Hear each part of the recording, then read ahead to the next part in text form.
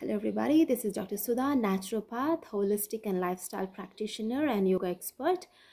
I hope everybody are safe and sound and practicing everything they can do in order to keep that mental calmness and using their time wisely.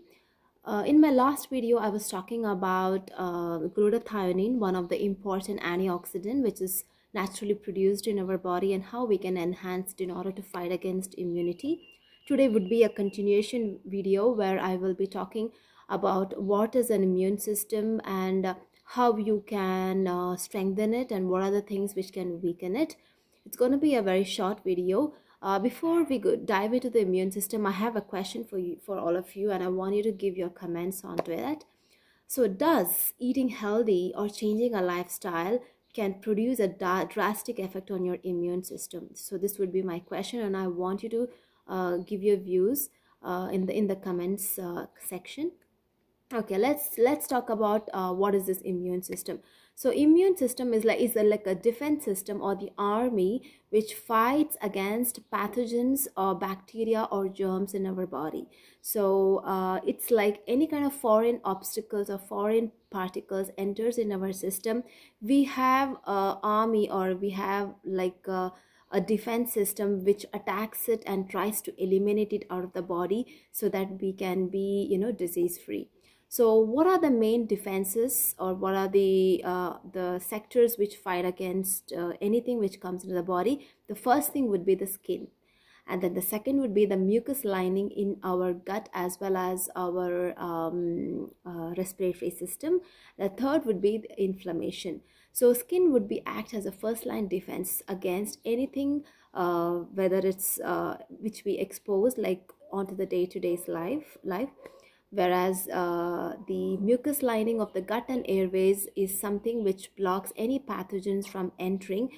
In our mucous membrane of the nasal passage, we have something called a cilia, which blocks each and everything unwanted, especially the germs and pathogens. And in our gut, we have this microbes or good bacteria which can, help and eliminate or kill the pathogens what comes in. And inflammation is again another process that happens in our body whenever we have anything coming in. Inflammation can be in the form of redness, swelling, or pus formation. So these are the different ways in which our body tries to eliminate out the viruses, pathogens, or bacteria. So along with WBCs, or the white blood cells or the red blood cells what we have in our blood, the WBCs are one of the main thing which fights against infection and which fights against the bacteria. Apart from that, we also have microbiome that's mainly in the gut, which fights against infection. So microbiome not only absorbs nutrients, they also fight and eliminate the bacteria or pathogens out of the body. So what's the function of this immune system totally? So altogether, they make acids so that they can, fight against infection. They secrete poisons. They eliminate the free radicals. They make enzymes which our body needs.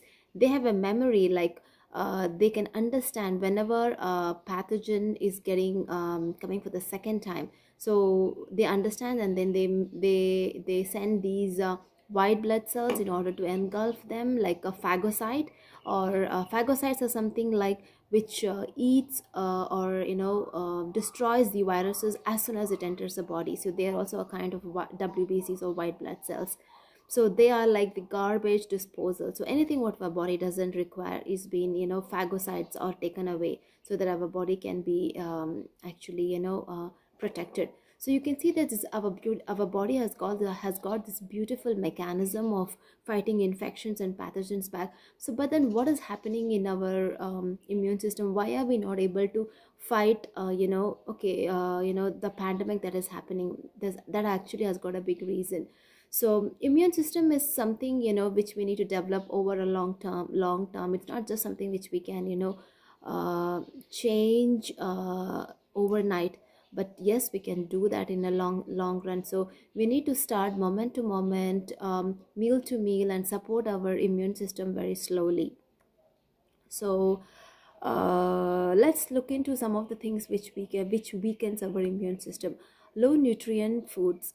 example, food which are very low in vitamins and minerals, trace minerals, or food which are very low in amino acids or fatty acids can weaken our immune system. So when we talk about fatty acid, it's very important to know that our cell is one of the target of of the viruses or the pathogens. So a virus doesn't have, that virus is not a living organism, it's a dead organism. It always needs a host so that it can multiply. So its main focus would be a cell, so that it can integrate inside the cell, and it gets mixed up with our DNA structure, and then it starts replicating. So the cell's outer layer is very important, and it's made up of lipid layer. So once we eat a lot of food which is very rich in essential fatty acid, our cell integrity is being maintained so that we can fight off infections and bacteria. So that's why healthy fat would be very crucial at this moment of time.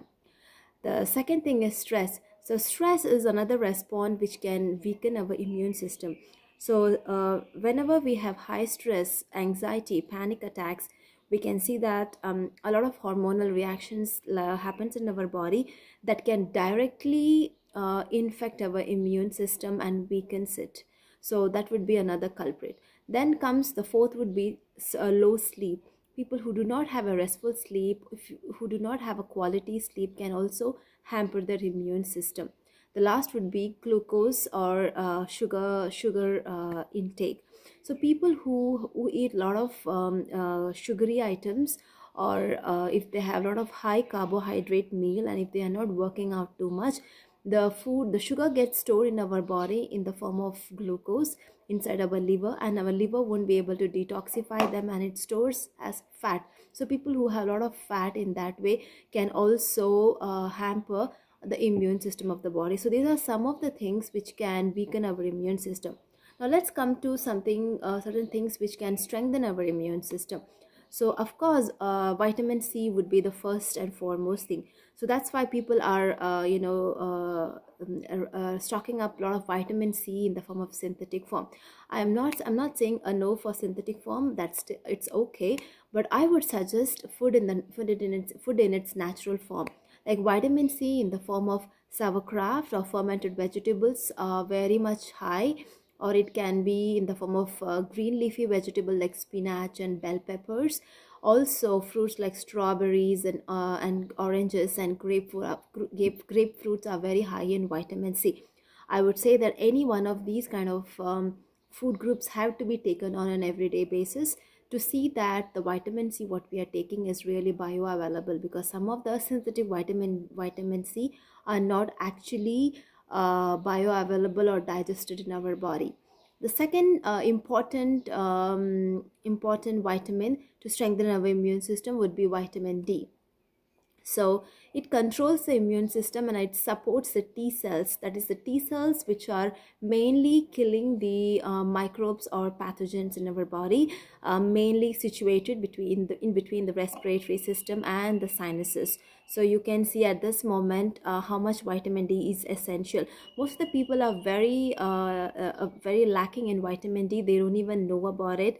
So it's crucial time if you can do a testing to see if you have enough of vitamin D. Otherwise, it's better to take at least 10 to 15 minutes of sun bath every day, morning and evening, or just getting exposed to the sun, so that you have ample amount of vitamin D produced in our body. Supplementation vitamin D would be the second option, but I would suggest that without without knowing the actual value of vitamin D in your body, overdose of vitamin D in the form of supplementation can be toxic to your body. So it's better to check. Otherwise, the optimum would be to get a sun bath every day, like 10 to 15 minutes. So not the very hot sun, but it would be early morning or late evening. So third important vitamin would be vitamin A, because this is one of the important vitamin which will increase the structural integrity of the cell. It's mainly present in egg yolk and cod liver oil, butter, ghee. So these are some of the food items which are high in vitamin A. So please look into that as an everyday option. Next, the fourth would be zinc. Zinc is another important and vital mineral which is lacking in most of the people, and it has to be we have to be increased. It again increase the T cells or the the WBCs to fight against infection. The next is garlic. Garlic is considered as antimicrobial, antiviral, and antibacterial. So it can stand on top of everything. So I'm not telling that you need to eat lots of garlic at one time. 1 or 2 pods of raw garlic every day would be crucial. So you can eat it with meal so that you don't have to feel that burning sensation. So the next one would be colloidal silver. It's again silver in liquid solution. So there's a lot of research telling that it's one of the best antibiotic which we can have during any kind of cold, fever, and flu, because it will increase the oxygen capacity of the bodies, and it stops production of virus or pathogens in the body. And the last would be olive leaf extract. So this is again a herb which has shown a lot of important properties of being an antiviral, and it has brought enhanced a lot of things. So so this would be some of the important immune modulator. Thank you very much, and I would want to know what do you think about the question what I had raised earlier at the start of the